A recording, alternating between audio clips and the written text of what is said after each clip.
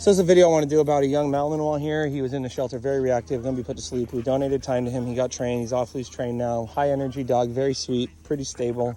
Went to a moderately experienced owner. Amaniti, Carrie, bring.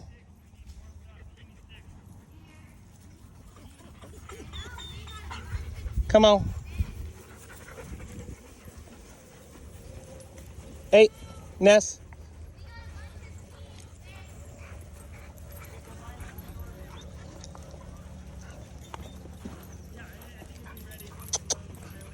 Come on.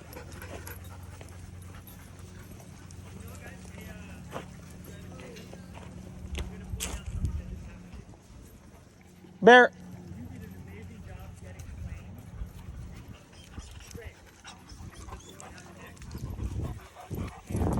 No.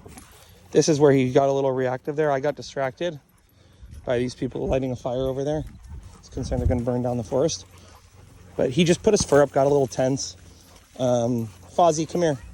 So for mom, a few suggestions to think about is definitely stop walking him. Work on leash stuff and master on leash stuff with a long line. Get to the point where you're trusting this and you don't really need a leash at all. Because this is definitely a leash reactivity thing with him and other dogs. And we have to get to the point where we trust the remote. We understand the difference between managing him with the remote, and we understand the difference between actually correcting him and telling him, like, stop, don't ever do that ever again. We have to be able to assess, hey, how high is his food motivation right now with the remote? He has, in general, like a disassociated, hey, come on, remote collar, food reward. Like, when I tap this, I don't see him lighting up and being like, where's the food in the real world? I see him kind of being like, oh, you're tapping the remote. Oh, okay, I'm going to stop doing something. So I really want to see with him, like, Fozzie, that the remote actually brings him to look at me and like anticipate a reward. So oftentimes what's happening, the dog's much better, but people are essentially managing the dog where the dog is at.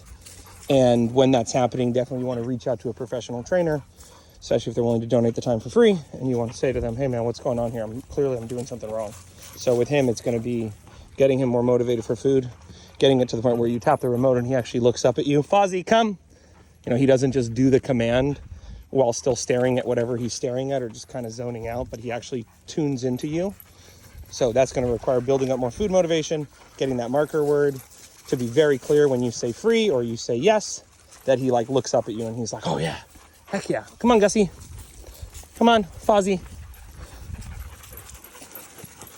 And it's going to be mastering those levels on the remote too, to figure out like, hey, what's a level where I'm telling him like, stop doing that forever? And what's a level where I'm telling him, hey, stop doing that, come over here, I'm gonna give you food. But if you're not really clear, that you're using the remote kind of in two very different ways, hey, never do that ever again. I don't care what you do, just don't ever do that ever again. And then, hey, I need you to look at me. I need you to do something. I will give you a reward.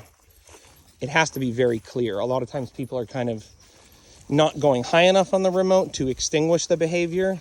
And then they're using the remote at too high of a level to get the dog's attention. Or even if the dog's responding, like let's see him respond at 4. Fozzie, come. Come on, Fozzie. Fozzie, no, come. So even though he is responding, sit, there's no engagement. Like he's not looking up at me. Now, obviously, I'm not his handler, so I don't really expect him to know that it's me pushing the button, but I would expect some sort of engagement. And I did give him food, and he just like spit it out. So the other thing to think about with mom is like, I know it's hard and it takes time and there's a lot of troubleshooting, but build up his play drive by tying him back, by really mastering how to make the play challenging for a dog like him. Like, why does he want dogs? And because they're hard to get. Why do we want gold? Why do we want all these things? Because it's hard to get. And so, hey, Muggles, Fozzie, come on, Mug. Come on, Muggy. Come on, Muggy. So, when we give the toy too easily and we don't really know how to play in a way that really frustrates the dog and they get to the point where they're like, dude, give me that toy now, give it to me. When we take them out in public and we want to play with them, it's just not that important.